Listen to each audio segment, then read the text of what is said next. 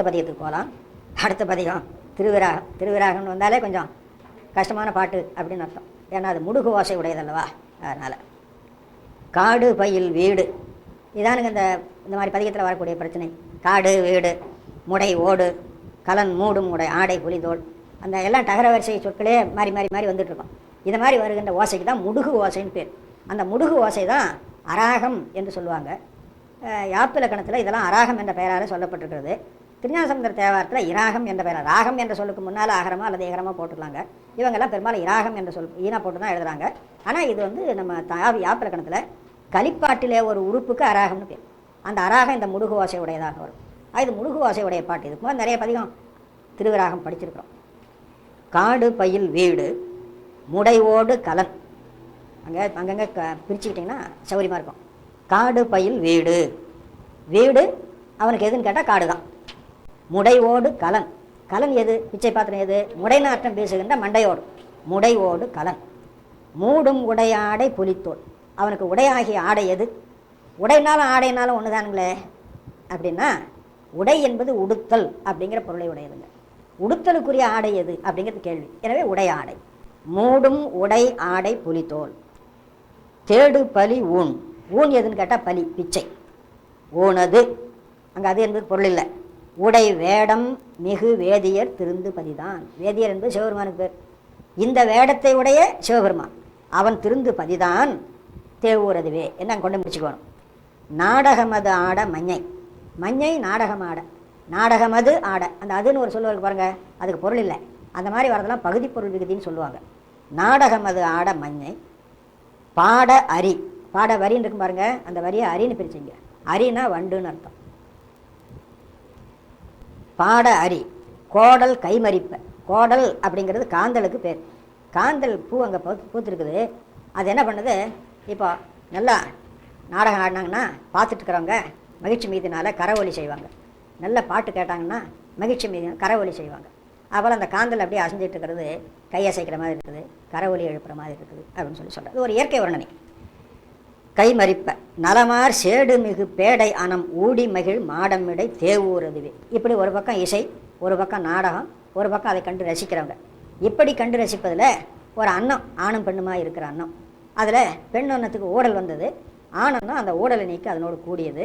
அதனால் அன்னங்கள் மகிழ்ந்திருக்கின்றன என்று சொல்லி அந்த ஸ்தலத்தில் இருக்கின்ற அகிரணை பொருள்களும் மகிழ்ந்திருக்கின்றன, பிறருக்கு மகிழ்ச்சியை ஊட்டுகின்றன, அவைகள் மிகவும் இன்பச் சிறப்பு உடையனவாக இருக்கின்றன என்று அந்த அகிரணை பொருள்களை சிறப்பிக்கின்ற வகையினாலே அந்த தலத்தில் இருக்கிற மக்களுக்கு இன்பச் சிறப்பு மிகவும் இருக்கிறது அப்படிங்கிறத சொல்லியிருக்கிறார். அந்த தலத்தில் இன்மை இன்பமாகிய இருக்கிறதுனால மறுமை இன்பமும் குறைவின்றி கிடைக்கும் அப்படிங்கிறது குறிப்பாக அதுக்கு வைத்துக் கொள்ள வேண்டும். அடுத்த பாட்டு போகலாம். கோளரவு கொன்றை எல்லாம் உண்மை. கோளரவும் கொன்றையும் நகு வெண்டலை எருக்கு வனி வன்னிங்கிற சொல்லு வனின்னு வந்திருக்குது. இடைக்குறைன்னு சொல்லுவாங்க. வனி குக்கிரகொடும் வாழ் அரவு கண் சலமகள் கங்கை ஒளி பொருந்திய கண்ணை உடைய சலமகள். வாளரவு என்பதில் ஒளி தடவுகின்ற அப்படின்னு அர்த்தம். வாளரவு கண் சலமகள் குலவு செஞ்சடை வரத்து இறைவனோடு. செஞ்சடை இறைவன், வரத்து இறைவன். வரன் என்ற சொல்லுக்கு மேல் அப்படின்னு அர்த்தம். சமஸ்கிருதத்தில் வரன், வரியான், வரிஷ்டன் அப்படின்னு ஒரு 3 நிலை சொல்லுவாங்க. மேலானவன், அதுக்கு மேலானவன், எல்லாத்துக்கும் மேலானவன் அப்படின்னு சொல்லி சொல்கிறது உண்டு. இங்கே அதை போல் வரத்து இறைவன். அப்படி வைக்கலன்னு சொன்னால் எல்லாருக்கும் வரம் கொடுக்கக்கூடிய இறைவன் அப்படி வச்சு கொள்ளலாம். வரத்து இறைவன் ஊர் வேள் அரவு கொங்கை இள மங்கையர்கள் குங்குமம் விரைக்கும் மணமார் தேள் அரவு தென்றல் தெருவெங்கும் நிறை ஒன்றி வரும் தேவூரது. தென்றல் தெருவு எங்கும் நிறை ஒன்றி. அந்த தென்றல் அசைவது எப்படின்னு கேட்டால் தேர் கொட்டுற மாதிரி இருக்குதான். தேள் அரவு தென்றல் அப்படின்னு. ஏன் அப்படின்னு கேட்டால் மகளிரிடத்து மனம் மிகுதியாக செலுத்தியவர்களுக்கு போகம் வாய்க்க பெறாவிட்டால் இந்த தென்றல் போன்ற சுகம் செய்கின்ற பொருள்கள் எல்லாம் துன்பம் செய்வது போல தோன்றும் என்று இலக்கியத்தில் பாடுவாங்க. அந்த மாதிரி இங்கே பாடியிருக்கிறார். அதான் பின் 2 வருட கருத்து. அடுத்த பாட்டு போயிடலாம். பண் தடவு சொல்லின் மலைவல்லி உமைபங்கன். பண் தடவு சொல் உமையம்மை பேசினா அது முழுக்க பண் நிறைந்திருக்கிற மாதிரி இருக்குமா. தடவுதல் என்பது எங்கும் பரவி இருத்தல் அப்படின்னு அர்த்தம். பண் தடவு சொல்லின் மலை வள்ளி உமைபங்கன் எமை ஆளும் இறைவன் எண் தடவு வானவர் இறைஞ்சி கடலோன். எண் தடவு வானவர், வானவர்கள் எத்தனை பேர் இருக்காங்கன்னு எண்ணி பார்த்தா அது ரொம்ப பரவி போகுமா. அதனால் எண் தடவு வானவர். எண் தடவு வானவர் இறைஞ்சு கடலோன் இனிது இருந்த இடமாம் விண்தடவு வார்பொழில். இங்கே விண்தடவு வார்பொழில் விண்ணை தீண்டுகின்ற என்று அர்த்தம் பண்ணும். அங்கே இருக்கிற தடவு என்பது பொருள் வேறு, இங்கே இருக்கிற தடவு என்பது பொருள் வேறு. சொல்லு ஒரே சொல்லு தான், ஒரே பாடலில் தான் வருகிறது. எந்த சொல்லோடு சேர்ந்து வருதுன்னு பார்த்து அது எந்த வாக்கியத்தில் அமைஞ்சிருக்குன்னு பார்த்து அதுக்கு தந்தாலும் அர்த்தம் பண்ணிக்கொள்ள வேண்டும். விண்தடவு வார்பொழில் உகுத்த நரவு ஆடி, நரவு தேன், தேனினாலே நனைந்து, அதான் நீராடின்னு அர்த்தம். மலர் சூடி, பொழில் உகுத்த மலரை சூடி, பொழிலிருந்து தேனும் உகுகிறது மலரும் உகுகிறது, தேன் நனைக்கிறது, அதனால் நீராடின மாதிரி இருக்குது. மலர் மேலெல்லாம் சொரிகிறது, பூ சூடிக்கொண்ட மாதிரி இருக்குது. மலர் சூடி விரையார் செண்தடவு மாளிகை செறிந்து, செண் என்ற சொல் செண்ணுன்னு வந்து விரையார் மனம் மிக்க, மனம் எப்படி வந்தது? பொழில் உகுத்த தேனினாலும் பொழில் உகுத்த மலரினாலும் மனம் வந்தது. அந்த மனமுடைய மாட மாளிகைகள் ஆகாயம் வரையிலும், அதான் செண் தடவு. சேண் தடவு என்பது செண் என வந்தது. சேண் என்பதுக்கு ஆகாயம், உயர்ச்சி அப்படின்னு அர்த்தம். சேண் தடவு மாளிகை செறிந்து திரு ஒன்றி வளர் தேவூரதவி. ஆகையினால அந்த நகரத்தில் செல்வச் செழிப்பு மிகவும் பொருந்தி இருக்கின்றது. திரு ஒன்றி வளர், அந்த மாடமே அவ்வளோ அழகா தேனினால் நனைந்து பூக்களினால் சூடப்பெற்று மனமுக்கு இருக்கிறது என்று சொன்னால் அப்புறம் அந்த மாடத்தில் வாழ்கிறவர்கள் எப்படி இருப்பார்கள் என்பதை கற்பனை பண்ணிக்கொள்ள வேண்டியதானே. ஆகையினால திரு ஒன்றி வளர் தேவூர் என்று சொன்னார். மாசில் மன நேசர் தமது ஆசை வளர் சூலதரன். சூலதரன் சிவபெருமானுக்கு பேர். அவரிடத்தில் அன்பு செய்பவர்கள் மாசில் மனத்தை உடைய நேசன், அவர்களுடைய விருப்பத்தை மிகச் செய்கின்ற சூலதரன். என்ன விருப்பம்? அவர்களுக்கு தன்மேலே விருப்பம் மேலும் மேலும் வளருமாறு செய்யக்கூடியவர். சிவபெருமான் நமக்கு செய்த உதவியை நினைத்தார், உபகாரத்தை நினைத்தார், நினைக்குந்தோறும் அவன் மேலே அன்பு மிகுந்து கொண்டிருக்கும். அதுதான் மறவாமையால் உள்ளதாகி அன்பு. சிவஞான போகத்தில் சொன்னது அதுதான் இங்கே சொல்லியிருக்கிறார். தமது ஆசை வளர். ஆசைனா ஏதோ உலகப்பட்டு நினைச்சாதீங்க, சிவபெருமானிடத்திலிருந்து வைக்கின்ற ஆசை. அந்த ஆசை வளருவதற்கு காரணமாக இருக்கின்ற சூலதரன், சூலாயுதத்தை தரித்திருப்பவன் சூலதரன். மேலை இமையோர் ஈசன், தேவர்களுக்கெல்லாம் தலைவன். மறை ஓதி எரியாடி, நெருப்பிலே ஆடுபவன். நெருப்பிலே ஆடுபவன் என்பது ஒரு பொருள், நெருப்பையே தனக்கு அபிஷேகமாக கொள்பவன் என்பது ஒரு பொருள். சிவபெருமானுக்கு நெருப்பே தான் அபிஷேகம் அப்படி சொல்லுவாங்க. தகையாக பழனி உரை, பழைய உரையில் அப்படி எழுதிட்டு. எரியாடி, நாமெல்லாம் எரியாடினா கையில் எரியேந்தி ஆடுபவன் சொல்கிறது உண்டு. அப்படி இல்லை, எரியையே அபிஷேகமாக கொள்பவன் அப்படின்னு அர்த்தம். எரியாடி மிகு பாசுபதன். பாசுபதன் என்பது சிவபெருமானுக்கு ஒரு பேர். பாசுபதம் என்று ஒரு ஆயுதத்துக்கு பேர், அம்புக்கு பேர். அந்த அம்பு அவனிடத்திலிருந்து அரிச்சனன் தவம் செய்து பெற்றான், அதுக்கு பாசுபதாஸ்திரம் அப்படின்னு பேர். அதை உடையவனாகினால அவனுக்கு பாசுபதன்னு பேர். சமயங்களில் ஒரு சமயத்துக்கு பாசுபதம்னு பேர். பாசுபதன் ஆகிய இறைவனை வழிபடு கடவுளாக கொண்ட சமயமாகினால அதுவும் சைவம்தான். சைவத்தில் ஒரு பேதம், பாசுபதம் சைவ மூர்த்திகளில் ஒரு பேதம். அதை வழிபடுபவர்களாகினால அவர்களுக்கு பாசுபதர் அப்படின்னு பேர். ஆனாலும் அவர்கள் நம்ம சித்தாந்த சைவத்தில் சேர மாட்டாங்க. ஏன்னு கேட்டால் அவங்க முப்பொருளுக்கு சொல்லுகின்ற இலக்கணமும் முத்திக்கு சொல்லுகின்ற இலக்கணமும் கொஞ்சம் வேறுபட்டது. ஆகையினால அவர்களை நாம் சித்தாந்த சைவத்தில் சேர்த்துக்கிறது இல்லை. சித்தாந்த சைவத்தோடு ஒத்த அகச்சமயத்திலும் சேர்த்துக்கிறது இல்லை, அகப்புற சமயத்தில் சேர்த்துருக்கிறோம். அகப்புற சமயத்தில் சேர்த்துருக்கிறதுக்கு காரணம் என்னென்னா, அவர்கள் சிவபெருமானுடைய வாக்கியமாகிய, அதாவது பதிவாக்கியமாகிய வேதாகமங்களை பிரமாணமாக கொள்வது போல ஆன்ம வர்க்கத்திலே சிலர் செய்த பாசுபத நூல் என்ற ஒரு நூல் உண்டு. அந்த நூலை பிரமாண நூலாக கொள்கிறார்கள். ஆன்ம வர்க்கத்தவர் செய்த நூலை பிரமாணமாக கொள்ளக்கூடாது என்று அதே ஆகமங்கள் தான் சிறப்பான பிரமாணம். வேதம் பொது பிரமாணம் தான். வேதம் எங்காவது ஆகமத்திலே சொல்லப்பட்டிருக்கின்ற கருத்துக்கு முரணாக பேசுமானால் அது பிரமாணம் அன்று என்று தள்ளப்படும். அப்போ ஏன் வேதம் முரணாக பேசும் என்றால், வேதம் முரணாக பேசாது, அந்த வேத வாக்கியத்துக்கு வியாக்கியானம் எழுதுறவங்க முரணாக எழுதுவாங்க. அப்போ என்ன பண்ணுறது அப்படின்னு கேட்டால், அந்த வேத வாக்கிய பொருளை ஆகம பொருளுக்கு தகுந்தாற் போல வியாக்கியானம் எழுதணும். வேதத்துக்கு தகுந்தாலும் ஆகமத்துக்கு பொருள் பண்ணக்கூடாது, ஆகமத்துக்கு தகுந்தாவில் தான் வேதத்துக்கு பொருள் பண்ணணும். இந்த ரெண்டு நூலை தவிர வேற நூலை பிரமாணமாக கொள்ளக்கூடாது. அப்படின்னா நாம் திருஞான சம்பந்த சுவாமிகள் நூல்லாம் பிரமாணமாக கொள்கிறோமே, மெய்கண்டார் எழுதின நூல்லாம் சாஸ்திரம்னு சொல்கிறோமே, இவங்களாம் ஆன்ம வர்க்கம் தானே அப்படின்னு நீங்கள் நினைக்கலாம். இவர்கள்லாம் நம்ம போல பிறந்து வளர்ந்தவங்களாக இருந்தாலும் பெருமானுடைய திருவருளாலே சிவமானவர்கள். தேவார திருவாசகங்களை பசு வாக்கியம் என்று கருதுனா பெரிய பாவம், பதி வாக்கியம் என்று தான் கருத வேண்டும் அப்படின்னு நால்வர் நான்மணி மாலைன்னு ஒரு நூல் உண்டு. அந்த நூலுக்கு சிதம்பரத்தில் ராமலிங்க சாமி எடுத்திருந்தார். அவர் வேறு செய்வர். ஈசானி மடம்னு ஒரு மடம் இருந்தது. அந்த மடத்தில் அவர் நல்ல படிப்பாளி, நிறைய நூல்களை பதிப்பிச்சிருக்கிறார், நிறைய உரையும் எழுதியிருக்கிறார். அவர் நால்வர் கடைசியில் அதை எழுதியிருக்கிறார். சமய ஆச்சாரியருடைய வாக்கியங்களை பசு வாக்கியம் என்று கருதுவது பாவம் அப்படின்னு எழுதி வச்சுக்கிறார். நம்ம மரபாக நம்ம சைவ சித்தாந்தத்தில் அதுதான் நம்ம சொல்லிக் கொண்டிருக்கோம். அதே போல் மெய்கண்டார் முதலியவர் சொன்னார்னா, மெய்கண்டாரனும் தானாக எதையும் சொல்லிவிடவில்லை. அவருக்கு உபதேச கிரமத்தில் என்ன வந்ததோ அதுதான் சொல்லியிருக்கிறார். ஆகினால் அது சிவத்தினுடைய வாக்கியம்தான். சிவம் திருநந்தி தேவருக்கு சொன்னாங்க, திருநந்தி தேவர் குரு பரம்பரையில் மெய்கண்டாருக்கு வந்தது. ஆகையினால அதுவும் பதிவாக்கியம்தான். எனவே இதையெல்லாம் நாம் ஆன்ம வர்க்கத்தில் செய்த நூலை பிரமாணமாக கொள்ளுகிறோம் அப்படின்னு நினைக்கக்கூடாது. பாசுபதன் மேவு பதிதான் வாசமலர் கோது குயில் வாசகமும். வாசகம் என்பது இந்த குயிலினுடைய கூவுதல் ஒலியை குறித்தது. வாசகம் என்ற சொல்லுக்கு சொல்லுன்னு அர்த்தம். குயிலும் பேசுவதாக சொல்லுவது உண்டு. ஆகையினால வாசகம் என்ற சொல்லால் அதை குறிப்பிட்டிருக்கிறார். வாசமலர் கோது குயில் வாசகமும் மாதர் அவர் பூவை மொழியும். மாதர் அவர் மொழியும் பூவை மொழியும் தேச ஒலி வீணையோடு கீதமது வீதி நிறை தேவூர் அதுவே. அப்போ தேவூர் தலத்தில் திருவீதியில் என்னென்ன நிறைந்திருக்கிறது? வீணை ஒலி நிறைந்திருக்கிறது, கீத ஒலி நிறைந்திருக்கிறது, பூவை மொழியின் ஒலி நிறைந்திருக்கிறது, மாதரவர் மொழியின் ஒலி நிறைந்திருக்கிறது, குயிலினுடைய வாசகமாகிய ஒலி நிறைந்திருக்கிறது. இப்படி பல வகையான இனிய மெல்லிய மொழிகள் கலந்து அந்த நாட்டில் இருப்பவர்களுக்கு செவி இன்பத்தையும் அறிவுக்கு இன்பத்தையும் கொடுத்து கொண்டிருக்கின்றன. அத்தகைய சிறந்த தேவூர் என்று அந்த தேவூர் வர்ணிக்கப்படுகிறது. அடுத்த பாட்டு. காணமுறு மான் மரியன். மரி என்பது இளமை பெயர். மான் மரினா மான் கன்றுன்னு அர்த்தம். காட்டிலே தெரிகின்ற மான் கன்றினை கையில் ஏந்தியிருக்கிறான். அதுக்காக காணமுறு மான் மரியன். ஆனை உரி போர்வை கனலாடல் புரிவோன். மேலே எரியாடின்னு சொன்னோம்ல, அதை மாதிரி கனலாடல் புரிவோன். ஏனைய இரு ஆமை இளநாகம் வளர் மார்பின். அவனுடைய மார்பில் பன்றிக் கொம்பும் ஆமையோடும் பாம்புகளும் கிடக்கின்றன. அதை சொல்கிறார். வளர் மார்பின் இமையோர் தலைவன். அவனுடைய ஊர் எது? தேவூர். எத்தகைய தேவூர்? வான்கனவு சூதம் மாமரம், இள வாழை, மகிழ் மகிழமரம், மாதவி, பலா, நிலவி, இத்தனை விதமான மரங்கள் அந்த ஊரில் நிறைந்திருக்கிறது. நிலவி வார் தேனமுது உண்டு. எல்லாமே தேனை சொரிகின்றன, மலர்களினால் சொரிகின்றன, பழங்களினால் சொரிகின்றன.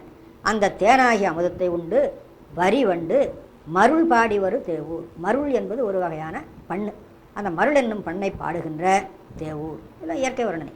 அடுத்து ஆறினோடு. ஆற்றினோடுன்னு இருக்கணும். செய்யுள்ள ஆறினோடுன்னு வருது, அது தப்பு ஒன்றும் இல்லை. ஆறினோடு கீறுமதி. கீற்றுமதின்னு வரணும். கீறுமதி அப்படின்னு வருது. ஆறு கீறு ஏன்னா அராகம் இல்லவா, ஓசைப்படி வரணும் இல்லை, அதுக்காக பாடியிருக்கிறார். செய்யுளுக்காக பாடப்பட்டது. ஒரே நடையில் எழுதணும்னா ஆற்றினோடு கீற்றுமதி சூடி அப்படி தான் சொல்லணும். ஆறினோடு கீறுமதி ஏறு சடை ஏரன். பாட்டு எப்படி போகுது பாருங்க. ஆறினோடு கீறுமதி ஏறு சடை ஏரன். இதுதான் ஓசை. ஏரன் ரிஷப வாகனத்தை உடையவன் அர்த்தம். அடையார் நகர்கள் தான். இந்த அடையார் நகர்கடான் என்ற தாவனாவை இல்லைனா தாவன் இது போல் வருகின்ற இடங்கள் ஒரு இடத்துல சொன்னால் போதும். மற்ற இடங்களில் வந்து அது மாதிரி நீங்கள் பிரிச்சுங்க. நகர்கள் தான் சீரும் அவை வேறுபட நீரு செய்த நீரன். அடையார் நகரம் பகைவருடைய நகரம். அது நீருபட செய்தவன் நீரன். நம்மை ஆளும் அரண். பாருங்க, அடையாரை சீறுபவான், நம்மை ஆளுபவன். பகைவராக இருந்தால் சீறி அழிக்கிறான், அன்பர்களாக இருந்தால் ஆளுகிறான். நம்மை ஆளும் அரணூர் வீறுமலர் ஊறுமது ஏரி வளர் வாய விளைகின்ற கழனி. வீறும் மலர் ஊறுகின்ற மது ஏரி அதனால் வளர்வு ஆய. வளர்வுகளை பொருந்தி இருக்கின்ற, வளர்தலை பொருந்தி இருக்கின்ற வளர்வு ஆய அல்லது வளர் வாய. வாய் என்பது இடம் என்று வைத்து வளர் வாய வளர்கின்ற இடங்களை உடைய அல்லது வளர்வு ஆய. வளர்வு வளர்தல், வளர்தலை உடையதாகிய என்று அர்த்தம் பண்ணணும். விளைகின்ற கழனி.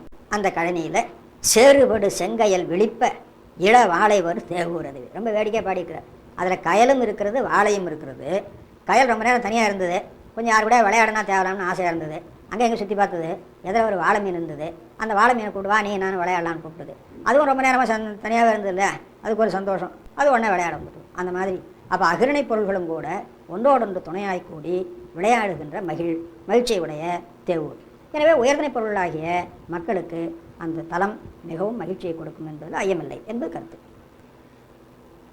கன்றியழ வென்றி நிகழ் துன்றுபுறம் அன்றவிய நின்று நகைசை. இது மாதிரி வர்றதானுங்க அராகம். பாருங்கள், கன்றியழ கோபித்தெழு, வென்றி நிகழ். அந்த கோபித்தெழு வெற்றி நிகழ்கிறது. வெற்றி என்ற சொல் வென்றின்னு வருது, மெலித்தல் விகாரம். வென்றி நிகழ் துன்றுபுறம் நெருங்கிய திரிபுரங்கள். துன்றுபுறம் அன்று அவிய பழைய காலத்திலேன்னு அர்த்தம். நின்று நகைசை, அது அவியதுக்கு வேற ஒன்றும் செய்யலை, கொஞ்ச நேரம் சிரித்தான், அது எரிஞ்சு போச்சு. நின்று நகைசை எந்தனது சென்று நிலை. இந்த தொடர் நல்லா ஞாபகம் வைத்துக் கொள்ளுங்க. சிவபெருமானுக்கு ஒரு பேர் சொல்லியிருக்கிறார், எந்தனது சென்று நிலை. நான் சென்று நிலைத்திருக்கின்ற இடமாக இருப்பவன் அர்த்தம். நிலை, நிலைப்பதற்கு இடமாக இருப்பவன். யார் நிலைப்பதற்கு? நான். இப்பொழுது நான் இங்கே பெத்தத்தில் இருக்கிறேன். பெத்தத்தில் இருந்து இதை கடந்து சுத்தத்துக்கு போக போகிறேன். சுத்தத்தில் போனால் நான் அங்கேயே நின்றுடுவேன். அப்படி சுத்தத்துக்கு சென்று நிலை பெறுவதற்கு இடமாக இருக்கின்ற சிவம் சென்று நிலை அப்படின்னு போட்டிருக்கார். எந்தனது சென்று நிலை எந்தை, எனக்கு சென்று நிலைக்கப்படுவதாகிய இடமாக இருக்கின்ற எந்தை, எனது தந்தை என்று அப்படி அர்த்தம் பண்ணணும். இது ரொம்ப அருமையான இடம், நல்லா ஞாபகம் வச்சுக்கொள்ளுங்க. நமக்கெல்லாம் நிலை அதுதான். நாம் வேறு எதையோ நமக்கு சென்று நிற்கிற நிலையை நினச்சிட்டு இருக்கிறோம். அதில் நமக்கு சென்று நிற்கிற நிலையாக இருக்காது. அப்பப்போ நம்ம விட்டு போயிடும், நாமும் அதை விட்டு போயிடுவோம். திருவடி நமக்கு உண்மையான சென்று நிலை, அது நம்ம விட்டு நீங்காது, நாமும் அதை விட்டு நீங்க மாட்டோம். அதுதான் உண்மையான நிலை. நமக்கு ஒரு பொருள் சேர்ந்திருக்கின்ற இடத்துக்கு நிலை அப்படின்னு சொல்கிறது உண்டு. ஆநிலை, ஆநிலைனா மாட்டுக்கொட்டாயின்னு அர்த்தம். பசுக்கள்லாம் சென்று தங்கி இருக்கிற இடத்துக்கு ஆநிலை அப்படின்னு. பேரூரும் ஒரு ஆநிலை தான், கருவூரும் ஒரு ஆநிலை தான். இந்த உடம்புக்கு உயிர்நிலைன்னு பேர். உயிர் நிற்பதற்கு இடமாக இருக்கிறதுனால இதுக்கு உயிர்நிலை அப்படின்ட்டு. உடம்புக்கு பேர் உயிர்நிலை அப்படிங்கிறது, உயிர் நிற்பதற்கு இடம் பாரு. என்றனது சென்று நிலை எந்தை தன தந்தை அமர் இன்பநகர். அவன் தங்கி இருக்கின்ற இன்பத்தை செய்கின்ற நகர் தான். முன்றில் மிசை நின்ற பலவின் கனிகள் தின்று, கனிகள் தின்றுன்னு இருக்கும், கனிகள் தின்றுன்னு பிரித்து கொள்ளுங்க. தானா வந்தால் எள்ளு தானா, டீனா வந்தால் எள்ளு தீனா, தாவண்ணா வந்தால் எள்ளு தாவண்ணா, அந்த மாதிரி பிரிச்சுங்க. கனிகள் தின்று கறவை குருளைகள், கன்றுகள், குருளை என்பது இளமை பெயர். சென்றிசைய நின்று துளி ஒன்ற விளை ஆடி வள தேவோடுது. சென்று இசைய நின்று துளி ஒன்ற, பால் குடிச்சது அதை விட்டு துளிச்சு ஆடிச்சு, வாயிலேருந்து துளிக்கிறது, அதை சொல்கிறார். ஓதம் அலிகின்ற தென் இலங்கை அரையன் மலி புயங்கள் நெறிய. இதுக்கெல்லாம் அர்த்தம் வேண்டியதில்லை, பாட்டை படித்தாலே தெரியும். ஓதம் கடலினுடைய அலை ஏறி இறங்கி இருக்கிறதா, அதுக்கு ஓதம்னு பேர். ஓதம் மலிகின்ற தென் இலங்கை அரையன் மலி புயங்கள் நெறிய பாதம் மலிகின்ற விரல் ஒன்றினில் அடர்த்த பரமன். பாதம் மலிகின்ற விரல்களால் இல்லை, பாதம் மலிகின்ற விரல் ஒன்றினால். 10 விரலாலையும் அழுத்தலை, 5 விரலாலையும் அழுத்தலை, ஒரே ஒரு விரல் தான். அது கூட விரல் முழுவதும் பயன்படுத்தலை, விரல் நுனி தான். விரல் ஒன்றினில் அடர்த்த பரமன் தனது இடம். போதம் மலிகின்ற மடவார்கள் நடமாட. மடவார்கள் நடமாடன்னு இருக்கும். அந்த நானாவை இல்லைன்னா நானான்னு பிரிச்சு, ஒரு இல்லம் ஒரு நா தன்னகரம் சேர்ந்தா நா அப்படின்னு வரும். மடவார்கள் நடமாடலோடு. அந்த போதம் மலிகின்ற மடவார் நடமாடுகிறார்கள் அல்லவா, அவர்களுக்கு நடனத்தை பற்றிய அறிவு முழுவதுமாக இருக்கிறது அப்படின்னு சொல்கிறார். போதம்னா அறிவு, போதம் மலிகின்ற மடவார். மடவார்னா அறிவில்லாதவங்க நினச்சிடாதீங்க. மடம் என்பதுக்கு அறிவின்மைன்னு ஒரு அர்த்தம், இந்த இடத்துல மடம் என்பதுக்கு இளமைன்னு அர்த்தம். மடவார் இளைய பெண்கள் அப்படின்னு அர்த்தம். அவர்களுக்கு போதம் ஞானம் நிறைந்திருக்கிறது. எந்த ஞானம்னு கேட்டால், அவர்கள் என்ன தொழில் செய்கிறாரோ அதுக்குரிய ஞானம். அவர்கள் நடமாடுதலாகி தொழில் செய்கிறார்கள். எனவே நாட்டியம் பற்றிய ஞானம் அவர்களுக்கு நிறைந்திருக்கின்றது.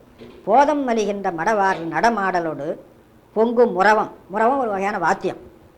சேதம் அலிகின்ற கரம் வென்றி தொழிலாளர் புரி தேவூரதுவே.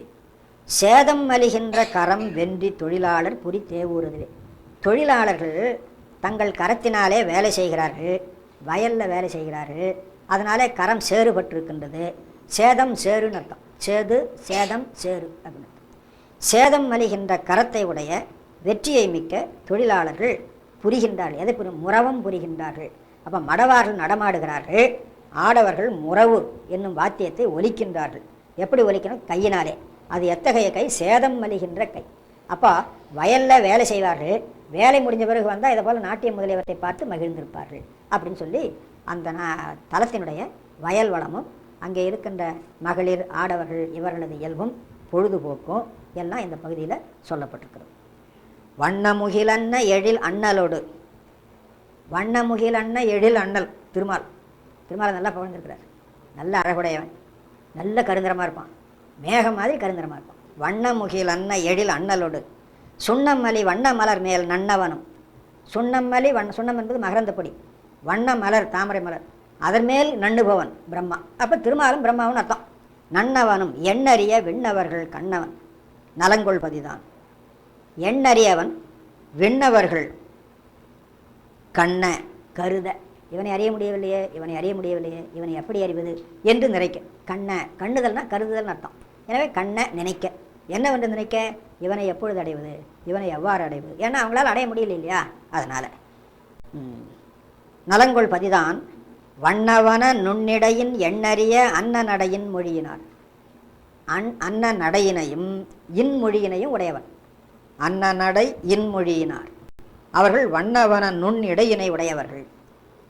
திண்ணவன மாளிகை செறிந்த, அந்த மொழியினார் வாழ்கின்ற மாளிகை நல்ல பலமான மாளிகை, சின்ன மாளிகை. அப்புறம் அழகான மாளிகை. வண்ண என்ற சொல் வண்ணன்னு வருது. வண்ணம்னா அழகுன்னு அர்த்தம். வன மாளிகை செறிந்த இசை யாழ்மருவு தேவூர். அப்போ திண்ணமான மாளிகை, வண்ணமயமான மாளிகை. அந்த மாளிகையில் நுண்ணிடையினையும் அன்ன நடையினையும் உடைய இன்மொழியை உடைய மகளிர்கள் இருக்கிறார்கள். அவர்கள் யாழிசை இசைக்கிறார்கள். அந்த இசை பொருந்தி இருக்கின்றது அந்த தேவூர் நகரம் என்று சொன்னார். அடுத்த பாட்டு சிதைந்திருக்கிறது, அதனால் நாம் விட்டுடலாம், அது வேண்டாம். அந்த பாட்டு முதல் 2 வரி அந்த சமண பௌத்தர்களை பற்றி சொல்லுகிறது. பொச்சம் அமர், பொச்சம் என்ற சொல் பொக்கம்னு அர்த்தம். பொக்கம்னா உள்ளீடு இல்லாததுன்னு அர்த்தம். அவங்க பேசுவாங்க, அந்த பேச்சில் அர்த்தம் இருக்காது, பொருளற்ற பேசுவோம். அதனால் பொச்சம் அமர் பிச்சை பயில் அச்சமனும் எச்சமறு போதியரும். போதியர் பௌத்தர்கள், போதி அரச மரத்துக்கு பேர். புத்த பெருமான் அரச மரத்தின் கீழே தான் ஞானம் கிடச்சிதான், ஆகையினால் அவர்களை போதியர்கள் அப்படின்னு சொல்கிறது உண்டு. இவர்கள் பிண்டியர்கள்னு சொல்லுவாங்க வேறு சமணர்களை. அருக கடவுள் அசோக மரத்தின் நிழலில் எழுந்தருளி இருப்பானா. பிண்டி என்ற சொல்லுக்கு அசோகம்னு அர்த்தம். இவங்களுக்கு அசோக மரம், அவங்களுக்கு அரச மரம், நமக்கு ஆலமரம். ஆமாம், ஆனால் அவங்களுக்கு அங்கே ஞானம் வந்தது, ஞானம் உடையவர் அங்கே எழுந்தருளி இருந்தார். நாம் சொல்கிற ஆலமரம் கல்லால் இருக்க அது சுத்தமாயை. சுத்தமாயிலே சிவபெருமான் தன்னுடைய சக்தியை செலுத்தி அதிலிருந்து வாக்குகளை தோற்றுவித்தார். வாக்குகள் தான் சாஸ்திரங்களாக ஆயின. அதனால் பெருமான் உபதேசம் பண்ணுகிற பொழுது கல்லால் நிறத்தின் கீழ் இருந்து உபதேசம் பண்ணினான்னு சொல்கிறது ஒரு வழக்கு. கல்லால் மரம் வந்து நம்ம ஆலமரம் இல்லை, அது வேற. அதை இட்ரி இலக்கியத்தில் இட்ரி மரம்னு சொல்லுவாங்க. உலக வழக்கில் இச்சி அப்படின்னு சொல்லுவாங்க. அது பாறைகள் இடுக்குகள்லாம் வளர்ந்துருக்கும், வேர் ரொம்ப கீழே ஓடி இருக்கும். மரம் இந்த ஆலமரம் மாதிரி ரொம்ப படர்ந்துருக்காது, சிறுசாக தான் இருக்கும். அந்த மரத்துலேருந்து சன்னமாக விழுதுகள் தொங்கிக் கொண்டு, அது போல் கெட்டியான விழுதுகள்லாம் இருக்காது. அந்த மாதிரி ஒரு மரம், அது கல் விடர்களில் அதிகமாக இருக்கும். மலைப்பகுதியில் பாறைகள்லாம் இருக்குதுல்ல, அதுக்கு இடையில் வளர்ந்துருக்கும். அதுதான் கல்லால் அப்படின்னு சொல்கிறது. அது மேருமலைச்சாரல்ல, இமயமலைச்சாரல்ல, அடி தாழ்வரையில் அதை போல் ஒரு மரம் இருந்து அந்த மரத்தின் கீழே பெருமான் எழுந்தடிந்து உபதேசம் பண்ணார் அப்படின்னு சொல்கிறது வழக்கு. அதை கல்லாலின் கீழ் இருந்து அப்படின்னு சொல்லுவாங்க. அது கல்லாலான ஆலமரம் இல்லை, கல்லால்ங்கிறது மர வகைகளில் ஒன்று. அதனால் அவங்களுக்கு இருக்குங்க எங்காவது, அதாவது பாறைகள் சரிந்த பகுதியில் இருக்கும். இது போல் சமவெளியிலலாம் இருக்காது, பாறைகள் சரிந்த பகுதியில் பார்த்தீங்கன்னா இருக்கும். அதனால் அவங்களுக்கெல்லாம் மரத்துங்கிழ ஞானம் வந்து, பெருமானுக்கு மரத்துங்கிழ ஞானம் வரல, பெருமானே ஞானமாக இருந்தார். அதை ஞாபகம் வச்சுக்கணும். அவங்களுக்கு அவங்களுக்கு ஆலமரம், அவங்களுக்கு அரச மரம்னு சொல்லணும், அந்த மாதிரி கணக்கு கிடையாது. போதியரும் மொச்சை பயில் இச்சைகடி பிச்சன், அவர்களுடைய இழிவு, மொச்சை இழிவு அப்படின்னு அர்த்தம். அந்த இழிவு பொருந்திய இச்சையை கடிகின்ற, அதாவது என்னன்னு கேட்டால், சமணர்கள் தங்களுடைய கொள்கையை பரப்பினார்கள், ஒரு பக்கம் பௌத்தர்கள் தங்களுடைய கொள்கையை பரப்பினார்கள். அந்த கொள்கைகள் எல்லாம் இழிவுடையன. அந்த இழிவு தெரியாமல் மக்கள் அதில் இச்சை கொண்டார்கள். அந்த இச்சையை சிவபெருமான் நீக்கினான். அதான் இச்சை கடி பிச்சன், கடிதெல்லாம் நீக்குதல் அர்த்தம். பிச்சன், பித்தன் என்ற சொல் பிச்சன் வரும், அன்புடையவன் அர்த்தம். பித்து என்ற சொல்லுக்கு அன்புன்னு அர்த்தம். பிச்சன் மொச்ச நகர் தான். மொய்த்த என்ற சொல் மொச்சன்னு வருதுங்க. பாட்டு பொச்சம் அச்சம் இப்படி வருது இல்லையா, அது தந்தால் வரணும் இல்லை. அதுக்காக மொய்த்த என்பது மொய்ச்ச என அந்த ஈயங்கெட்டு மொச்ச என வருது. மொய்த்தன்னா நெருங்கி இருக்குன்னு, அப்போ எங்கும் பரவி இருக்குன்னு, அந்த நகர் முழுதும் அவன் பரவி இருக்கிறான். தேவூர்னா தேவூர் பெரிய ஊர், அந்த ஊருக்குள்ளே ஒரு சின்ன கோயில், அந்த கோயிலுக்குள்ளே சின்ன கற்பகிரகம், அதுக்குள்ளே அவன் இருக்கிறான் அர்த்தம் இல்லை, இந்த நகர் முழுவதும் பரவி இருக்கிறான் என்ற கருத்து தான் மொய்ச்ச என்ற பெயரால் சொல்லப்பட்டது. அடுத்து துங்கம் மிகு பொங்கரவு தங்கு சடை நங்கள் இறை. துங்கம் மிகு பொங்கரவு, துங்கம் உயர்ச்சி, அந்த அரவுக்கு என்னையா உயர்ச்சி?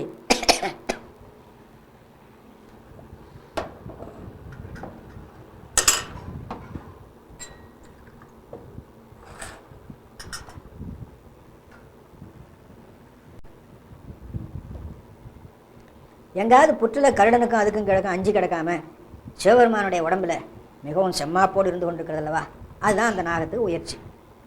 துங்கம் மிகு பொங்கரவு தங்கு சடை நங்கள் இறை. துன்று குழலார் செங்கயல்கண் மங்கை உமை நங்கை. குழல் பொருந்திய, குழலார்னு படிச்சிடாதீங்க, குழல் ஆர், அதை பிரித்து அர்த்தம் பண்ணிக்கொள்ளுங்க. துன்று குழல் ஆர் செங்கயல்கண் மங்கை. குழல் ஆர் மங்கை, செங்கயல்கண் மங்கை, அப்படி தனித்தனியாக கூட்டிக் கொள்ளுங்க. உமை நங்கை ஒரு பங்கனமர் தேவூர் அதன் மேல் பைங்கமலம் அங்கு அணிகொள் தின்புகலி. அணிகொடின் புகலின்னு இருக்கும், அணிகொடின் புகலி. இந்த டீனாவை இல்லைனாவும் தீனாவுமா பிரிச்சுங்க. பைங்கமலம் அங்கு அணிகொள் தின்புகலி ஞான சம்பந்தன் உரை செய் சங்கம்மலி செந்தமிழ்கள். சங்கம்மலி செந்தமிழ்னா மதுரையிலே புறவர்களால் நிகழ்ந்து கொண்டிருந்த சங்கத்திலே நிறைந்திருக்கின்ற செந்தமிழ் அப்படின்னு ஒரு பொருள். சங்கம் வலி செந்தமிழ். அதை விட அடியார் கூட்டத்திலே மிக்கு இருக்கின்ற செந்தமிழ் என்று அர்த்தம் பண்ணலாம். சங்கம்னா கூட்டம்னு ஒரு அர்த்தம். மதுரை தமிழ் சங்கத்துக்கும் சங்கம்ங்கிற சொல்லுக்கு கூட்டம்னு தான் அர்த்தம். புலவர்களெல்லாம் கூடி இருந்ததுனால, புலவர்களெல்லாம் சங்கமாக இருந்ததுனால சங்கம் அப்படின்னு பேர். அங்கேயும் கூட்டம் என்பது தான் பொருள். அப்போ இங்கே அடியவர்கள் கூட்டத்திலே மிக்கு இருக்கின்ற தமிழ் என்று திருஞான சம்பந்த சுவாமிகளுக்கு. பொதுவாக தமிழ் என்று சொன்னால் சங்கத்தமிழ். இப்போ ஆண்டாள் திருப்பாவை சொல்லியிருக்காங்க சங்கத்தமிழ் 30 தப்பாமே அப்படின்னு. அதை போல் அதில் தமிழ்ச்சங்கத்து தமிழ் என்று சொல்கிறத விட அடியார் கூட்டத்திலே மிக்கு இருக்கின்ற தமிழ் என்று சொல்வது திருமுறைகளுக்கு ரொம்ப பொருத்தம். சங்கம் வலி செந்தமிழ்கள் 10 இவை வல்லவர்கள் சங்கையிலர். சங்கை என்ற சொல்லுக்கு ஐயம்னு அர்த்தம். தேவார திருமுறைகளை முறையாக பொருள் உணர்ந்து படித்தால் தத்துவ ஞானத்தில் எந்த சந்தேகமும் வராதுங்க. சங்கை இலர், ஐயம் இலர். என்ன ஐயம்? தத்துவ ஞானத்தில் ஐயம். பதிப்பொருளை பற்றி ஐயம், பசுவை பற்றி ஐயம், பாசத்தை பற்றி ஐயம், பெத்தத்தை பற்றி ஐயம், முத்தியை பற்றி ஐயம் என்று தத்துவ ஞானத்தில் ஐயுற்று ஆராய்கின்ற பகுதி நிறைய உண்டு.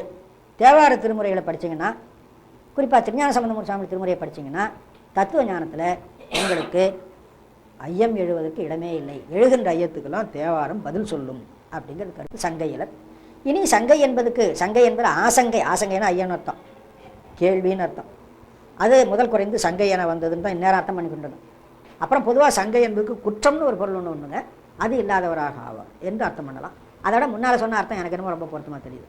அவர்களுக்கு தத்துவ ஞானத்தின் மேலே ஐயமே வராது. கேள்வி எழுப்பவே வேண்டிய அவசியம் இல்லை. எந்த கேள்வி எழுந்தாலும் அந்த கேள்விக்கு திருமுறைகளில் பதில் கிடைக்கும்.